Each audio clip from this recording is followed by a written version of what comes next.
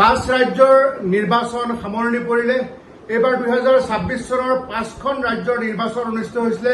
অসম, পশ্চিমবংগ, তামিলনাডু, কেৰালা আৰু পুডুচেৰী। গতিকে এই 5খন ৰাজ্য আজি বিশেষকৈ পশ্চিমবংগৰ নিৰ্বাচনী ভোটগ্ৰহণ সামৰণি পৰাৰ পিছত আমাৰ অৱশ্যে 9 এপ্ৰিলতে সামৰণি পৰিলে। বহুদিন প্ৰায় এমাহ সময় আমাৰ ইভিএম বিলাক ষ্ট্ৰং ৰুমত আছিলে। এতিয়া 4 তাৰিখে কাউণ্টিং হ'ব। আজি সকলোৱে এক্সিট পল ঘোষণা কৰিব। আমি ঠিক এক্সিট পল বুলি নকওঁ, সমগ্ৰ অসমত আমি যিহেতু 126টা সমষ্টি আমি এটা 8জনীয়া দলে আমি গ্ৰাউণ্ড জিৰ'ৰ পৰা আহৰণ কৰিছিলো, আপোনালোক সকলোৱে জানে। আৰু এইকেইটা দিনত আমাৰ যি 126টা সমষ্টিৰ যি সমীক্ষা আগবঢ়াইছিলো, আপোনালোকে ইমান আমাক ছাপোৰ্ট দিছে, আপোনালোকৰ কি সুন্দৰ সুন্দৰ কমেণ্ট, তাৰ কাৰণে মই আৰু আপোনালোকে যেনেধৰণে মোৰ ভিডিঅ'ৰ বাবে অপেক্ষা কৰিছিলে, মই আপোনালোকক মোৰ হৃদয়ৰ পৰা আপোনালোক ধন্যবাদ জনাইছো। মই আজি গোটেইকেইটা পাৰ্টি ৱাইজ কোনে কিমানখন আসন পাব মই কৈ দিওঁ। এটা কথা মই আৰম্ভণিতে জনাওঁ যে এইবাৰ এখন হেং চৰকাৰ হ'ব। কোনো এটা দলে, সি লাগিলে BPF হওক, সি লাগিলে বিজেপি হওক, লাগিলে কংগ্ৰেছ, ৰাইজৰ দল, অজাপ, AIDF বা অসম গণ পৰিষদ বা APHLC বা বাওঁপন্থী দল, কোনো দলে এইবাৰ একক সংখ্যাগৰিষ্ঠ মানে যিটো মেজিক নাম্বাৰ 64 কোনেও নাপায়।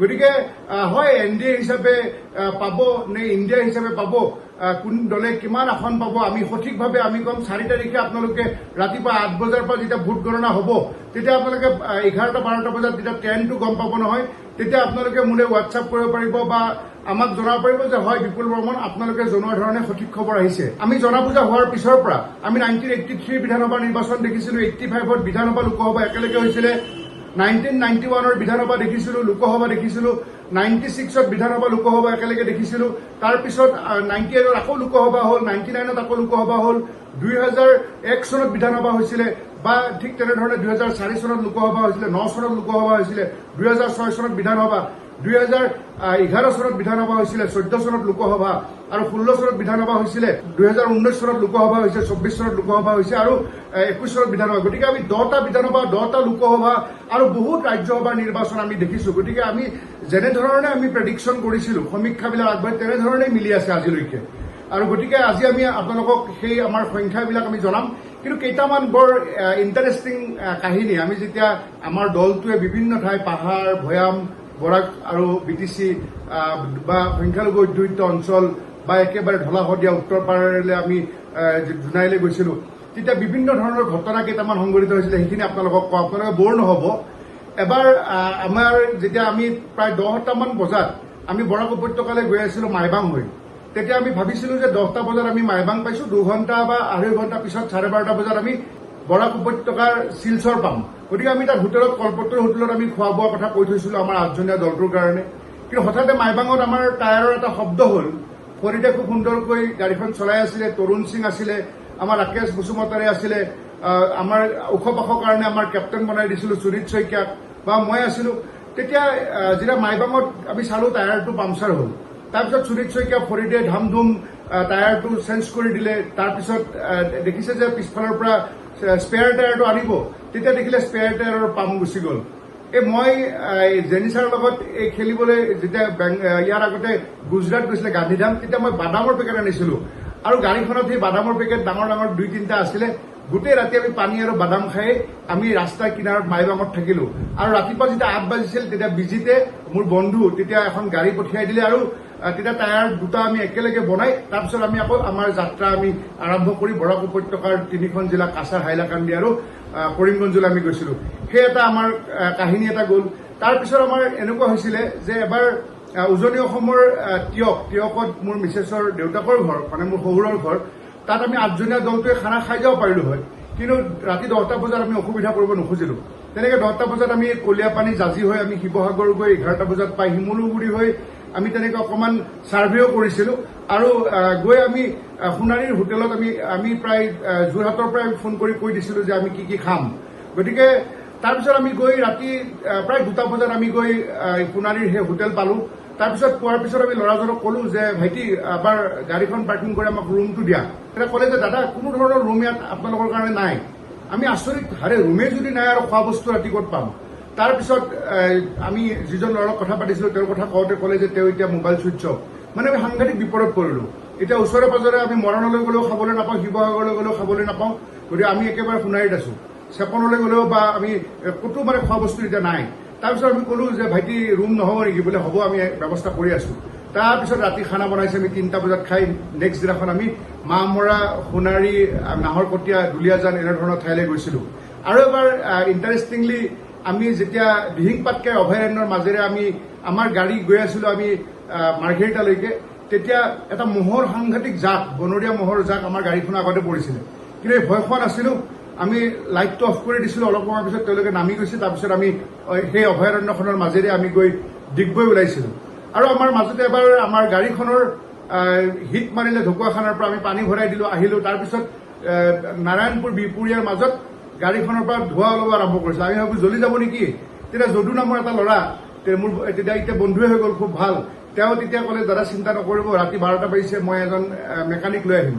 বেচেৰা সেই বাইকেদি গৈ মেকানিক এজন লৈ আহি গাড়ীখনৰ সেই ৰেডিয়েটৰটো ফাটি গৈছিলে, সেই ৰেডিয়েটৰটো মেৰামতি কৰি তাৰপিছত তাত পানী ঢালি সেনেকৈ গৈ ৰাতি আমি বিহপুৰীয়াতে থাকিলোঁ। গতিকে এনেকুৱা বহু ধৰণৰ ঘটনা। এইবাৰ আমি সেই গোলগঞ্জৰ ছত্ৰশাললৈকে আমি গৈছিলোঁ, তাৰ অভিজ্ঞতা আমাৰ হৈছে, বা বৰাক উপত্যকাৰ অভিজ্ঞতা হৈছে। গহপুৰৰ এটা নাভুত নাচত ঘটনা এটা সংঘটিত হৈছিলে।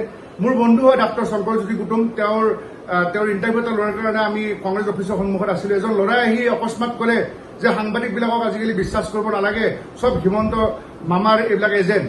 তেতিয়া মই গম পালোঁ যে ইহঁতে কাজিয়া কৰাৰ মতলবত আছে। তেতিয়া মই সুনীত শইকীয়া আৰু বাকী আমাৰ টীমৰ সকলোকে ক'লো যে তোমালোকে কোনো খং নকৰিবা, মই কণ্ট্ৰল কৰিম। তাৰপিছত মই শংকৰ কুটুমক ফোন কৰিলোঁ, আৰু তেওঁৰ শংকৰ কুটুমৰ এজন সতীৰ্থই আহি তাৰ পৰা আমাক আঁতৰাই লৈ গুচি গ'ল। সেইদিনাখন তেওঁলোকে কাজিয়া কৰা মুডত আছিলে। গতিকে বহু ধৰণৰ এক্সপিৰিয়েঞ্চ এইবাৰ আমাৰ হৈছে। গতিকে কিন্তু তাৰপিছত আমি যিহেতু মই কৈছোঁ আপোনালোকক যে গোটেই ৰিপৰ্টবিলাক লৈ আহি মই এতিয়া ৰুমৰ পৰাই মই ভিডিঅ' বনাই আপোনালোকক আপলোড কৰি আছিলোঁ। এতিয়া আমি ৰিপৰ্টখিনি আমাৰ যিটো মানে এক্সিট পল বুলি নকওঁ, সমীক্ষাখিনি মই আপোনালোকৰ ওচৰত গাই দিব বিচাৰিছোঁ যে কোন দলে কিমান পাব। আমি যিখিনি দেখিছোঁ যে ইয়াতে টোটেল বিজেপি দলে তেওঁলোকে 52খন চিট, 52 চিট পাব, মানে মেজিক নাম্বাৰ 64 তেওঁলোকে নাপায়। 52 চিট তেওঁলোকে বেছিকে পাব, 50ৰ পৰা 52। অসম গণ পৰিষদে 6খন বা 7খন পাব, আপোনালোকে লিখি ল'ব পাৰে। তাৰপিছত BPF দলে 8খনৰ পৰা 8-9খন চিট তেওঁলোকে পাব, আৰু UPPL 2খন বা 3খন। গতিকে আমি টোটেলটো আমি NDAৰ ফালে আমি ধৰিছোঁ 68। আপোনালোকে লিখক 68, নহ'লে আকৌ অংকটো নিমিলিলে আপোনালোকে আকৌ মোক গালি পাৰি থাকিব। তাৰপিছত এবাৰ আহোঁ ইণ্ডিয়া এলায়েন্সৰ ফালে। ইণ্ডিয়া এলায়েন্সত কংগ্ৰেছৰ আমি 45-46 ধৰিছোঁ। অসম জাতীয় পৰিষদক আমি 3খন আসন ধৰিছোঁ, ৰাইজৰ দলক আমি 3খন আসন ধৰিছোঁ, CPIMক 1খন আসন ধৰিছোঁ, আৰু APHLCক 1খন আসন ধৰি আমাৰ 54 হৈছে। গতিকে 68 আৰু 54 প্লাছ কৰি দিলে 122 হয়। এতিয়া আপোনালোকে ভাবিব 4খন ক'ত গ'ল।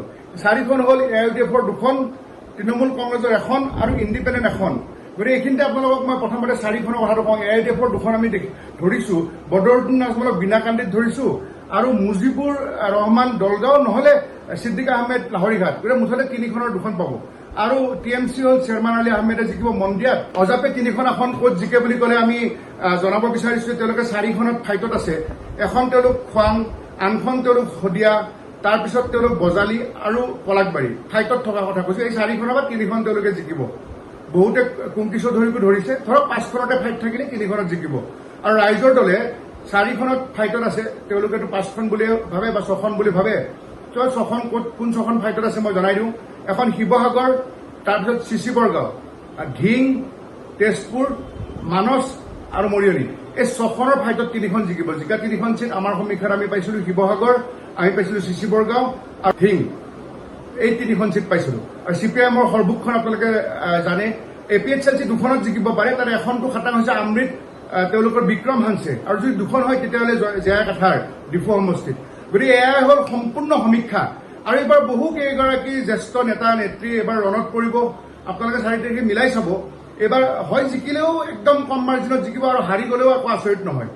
একেবাৰে সাংঘাতিক টাফ ফাইট হৈছে আপোনাৰ বলিন চেতিয়াৰ তাত, তাৰপিছত সাংঘাতিক ফাইট হৈছে আপোনাৰ কেশৱ মহন্তৰ তাত, সাংঘাতিক ফাইট হৈছে অজন্তা নেওগৰ তাত, তাৰপিছত ভূপেন বৰা আৰু প্ৰদ্যুৎ বৰদলৈৰ তাত ফাইট হৈছে।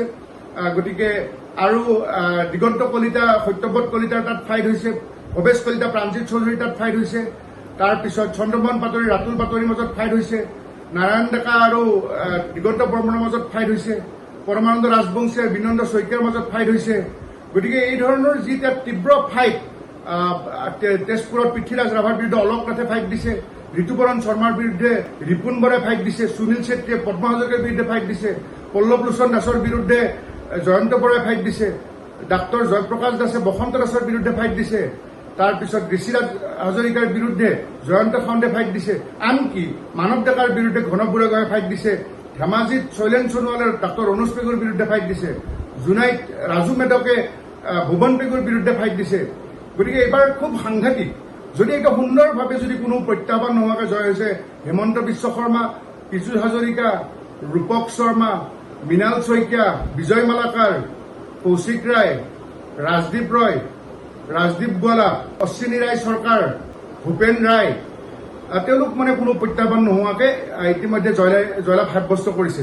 আৰু আমি অসম গণ পৰিষদৰ 6খন আসন আমি এইকেইখন পাইছো যে অতুল বৰা, কেশৱ মহন্তকো ধৰি থৈ দিয়ক, তাৰপিছত তপন দাস, তাৰপিছত প্ৰকাশ দাস 4খন, বজালী আৰু বৰপেটাৰ মাজত 1খন আৰু দীপ্তিময় চৌধুৰী। এইখিনি হ'ল অসম গণ পৰিষদৰ আসন। পৃথ্বীৰাজ ৰাভা আছে, গতিকে তেওঁলোকে 7-8ত কণ্টেষ্ট কৰি 7জনমান জিকিব। মাইনৰিটি এখন চিটো তেওঁলোকে নিজিকে, আপোনালোকে লিখি থৈ দিয়ক। গতিকে আমাৰ গ্ৰাউণ্ড জিৰ' ৰিপৰ্টৰ ফালৰ পৰা আমি আপোনালোকক সুন্দৰকৈ জনালো যে একক সংখ্যাগৰিষ্ঠতাৰ মেজিক নাম্বাৰ 64 কোনেও নাপায়। হায়েষ্ট চিট পাব বিজেপিয়ে 52। আমাৰ সমীক্ষাই কৈ আছে যদিও বিজেপিয়ে 53 চিট পাব, তথাপিও NDA এলায়েন্সৰে গভৰ্ণমেণ্ট হোৱাৰ সম্ভাৱনা আছে। গতিকে 64 যিহেতু মেজিক নাম্বাৰ, আমাৰ সমীক্ষাই কৈ আছে যে 69 মানে 70 ধৰক 70 আসনেৰে NDA পুনৰবাৰ তেওঁলোকে তৃতীয়বাৰৰ কাৰণে অসমত একেৰাহে 2016, 2021 আৰু 2026 এইবাৰ চৰকাৰ গঠন কৰিব। গতিকে আমি 4 তাৰিখে আপোনালোকক আকৌ জনাম যে কোন কেনেকে ফলাফলৰ দিনাখন আমি কোন আগবাঢ়ি আছে, কোন পিছ পৰি আছে, ভিডিঅ' বনাম। আপোনালোকে যেনেধৰণে আমাক এইকেইটা দিন সমৰ্থন জনাইছে, আমাক আমাৰ ভিডিঅ'ৰ বাবে অপেক্ষা কৰিছে, তাৰ কাৰণে আপোনালোকক পুনৰবাৰ ধন্যবাদ জনাইছো। আপোনালোকে মতামত আগবঢ়াব।